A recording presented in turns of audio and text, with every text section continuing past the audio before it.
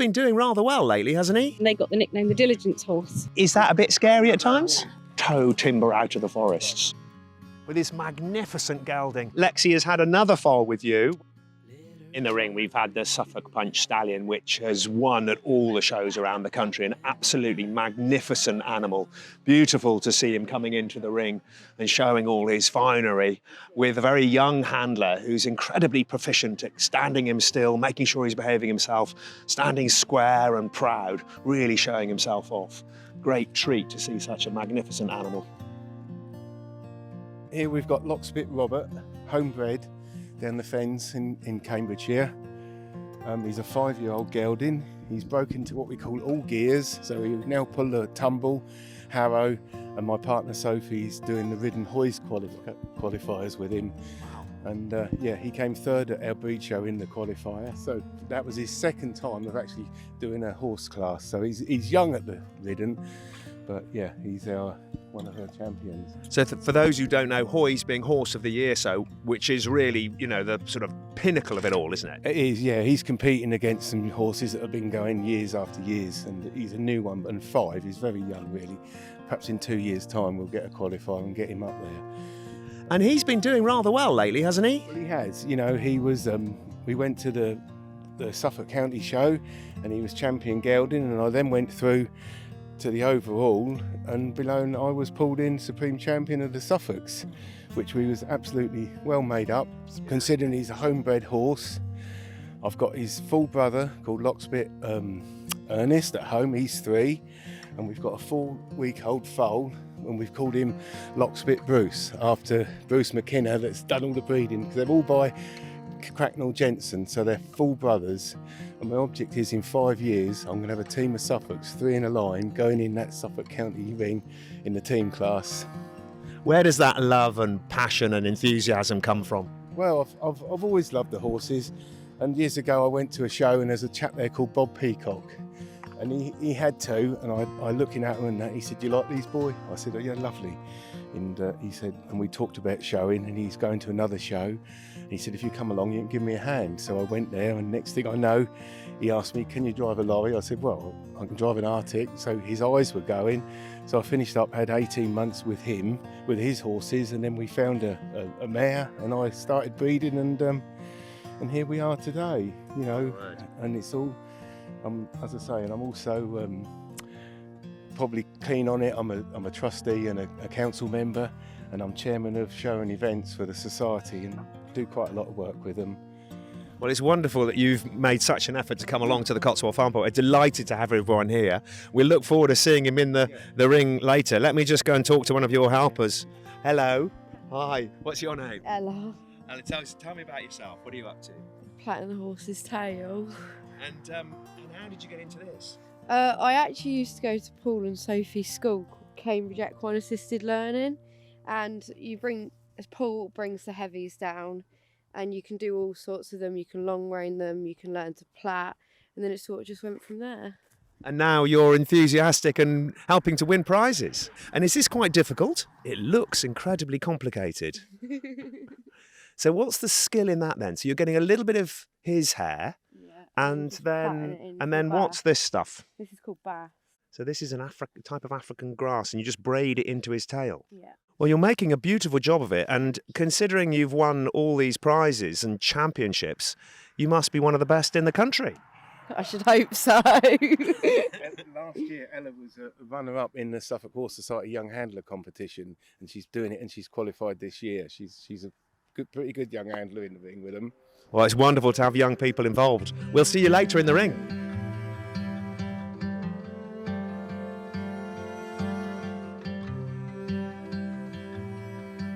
This beautiful horse is known as a Boulonnais, is the breed, from Boulogne in France, a breed that I know nothing about. Similar to the Percheron, a big, heavy horse, magnificent looking animal. And there's another one over there too, absolutely gorgeous.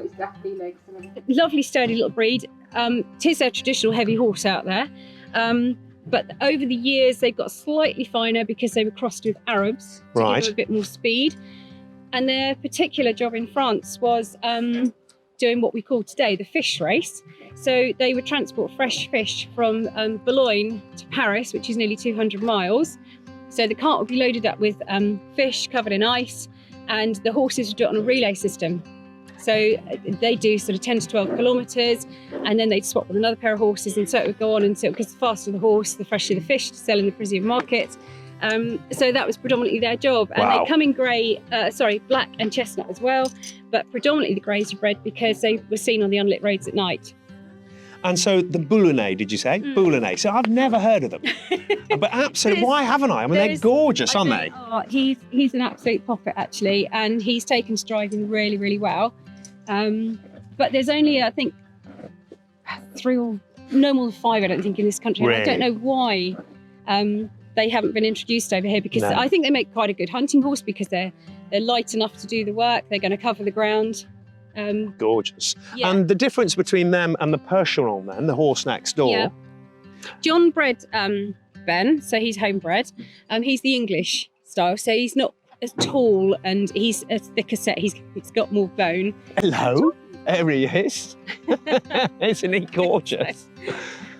Yeah, they originated from Le Perche in France, and the people of Le Perche were known as breeders of Percherons and not, sellers of Percherons and not buyers, because they never bought anything in. They always bred their own and they sold them worldwide. Yes. And particularly liked the Amish because they liked working them, and they still do on the land today. That is their horsepower, which is nice because they don't have the motorised equipment.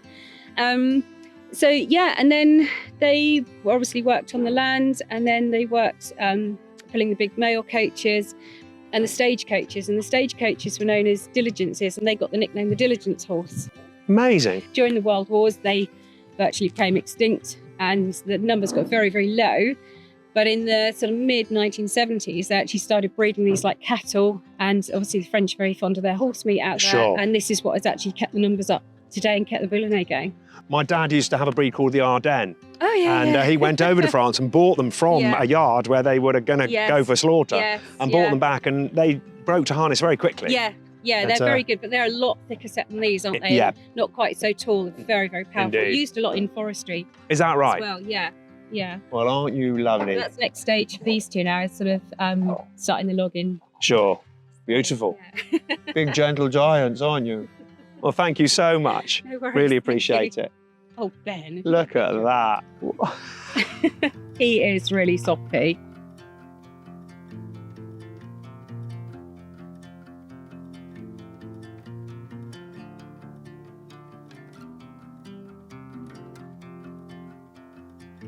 Peter, tell me about this cart then. What is it? And describe what's going on. Okay, pretty self-explanatory. It's a two-wheel vehicle. The two-wheel vehicles really, they sort of originated in America. So in America, they have the big horse hitches. They have the 10 horse hitches, 8s and 6s. And the ladies felt a little bit left out. So what they had on hand were these two-wheel carts they used to exercise the stallions in. And so the ladies were sort of, oh, we're going to have our own competition. So the night before the big show, they would get together, put all their finery on, and they'd have their own competition. Now some of the men have got a little bit envious, and so you now see them all the cowboys out there with their Stetsons on having a go. We prefer, I much prefer looking at the ladies dressed up and doing this. I mean, Zoe, bless her, look at her, she's lovely. She's a farrier, but she puts her finery on and she's just wonderful, isn't she? And to get a powerful horse like that, taking what is quite a dainty wagon around, no.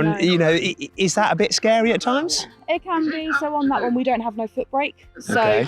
it is all in the horse. There's no extra sort of braking power if it gets a little bit hairy. Sure. So, which is one of the reasons why I'm on the floor. So if it does go hairy, then I can jump can in step and grab. in. I can step in and grab. My so. word. And if he does start trotting off down the hill out of control, what do you do on the ground? Well, to be honest, you could run in and grab and hope Oh, for the really? best.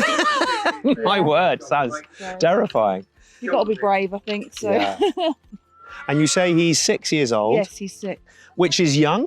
Yes, young. I mean, really, they don't sort of finish mature until they're 7. Okay. Even 8, some of them. So he's probably still got a little bit more filling out to do, but height-wise, he's pretty much done height-wise now. And where do you start? You've got an 8-month-old weaned off foal.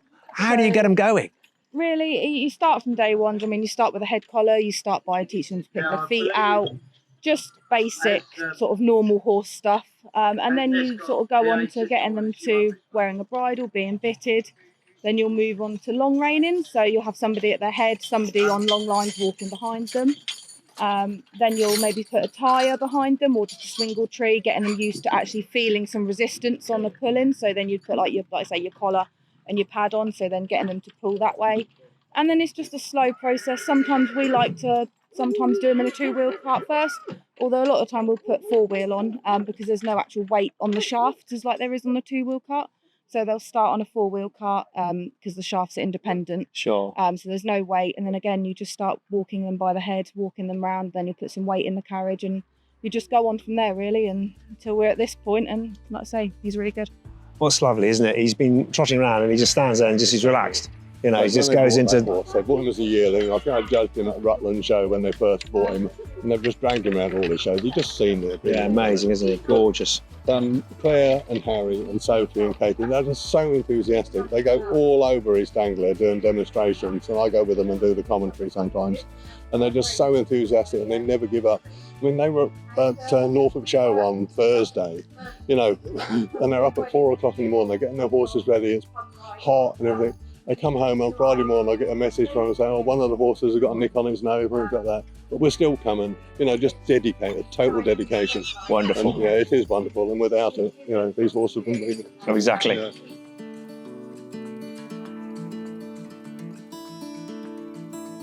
We've now got a Suffolk at work coming into the ring with the timber drug coming in. This is a cart where they would roll logs up onto it using 2 other horses and a very clever rope system, and then would tow timber out of the forests.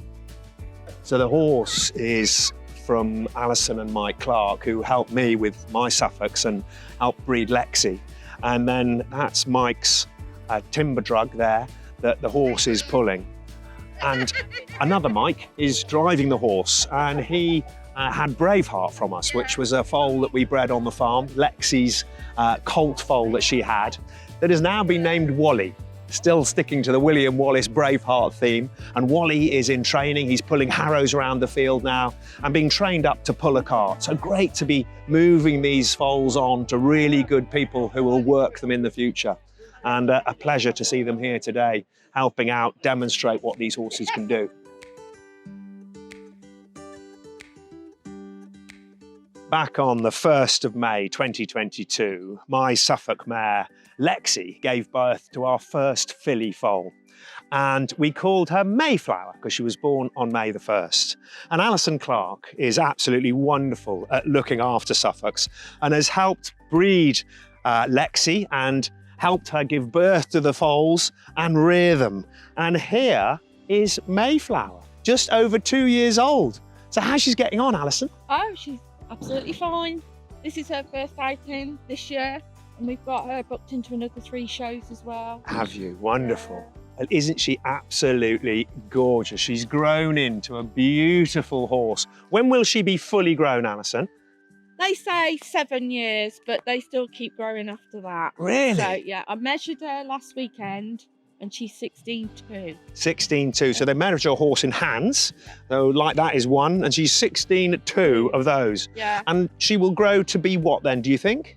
She's going to be 17 now. Is she? Wow.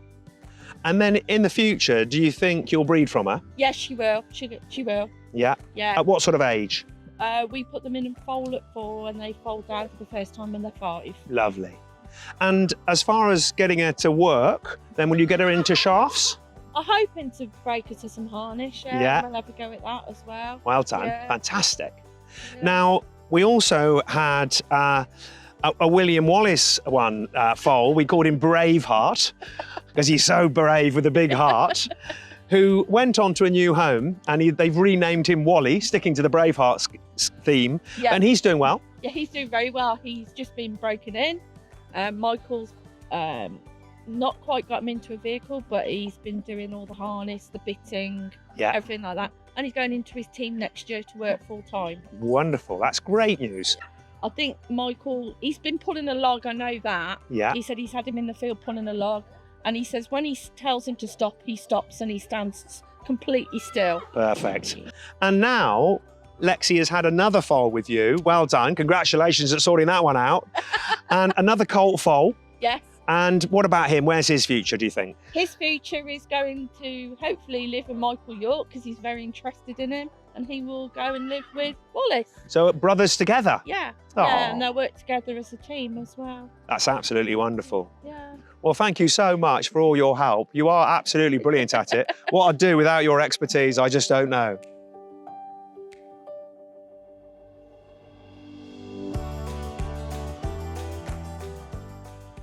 So we've seen it all here at the Cotswold Farm Park today. We've been having horses shown in hand when they're led.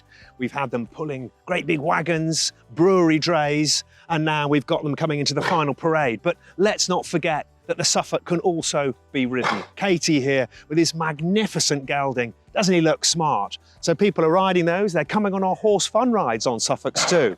So if you ever want to get one, don't forget, you can ride them as well.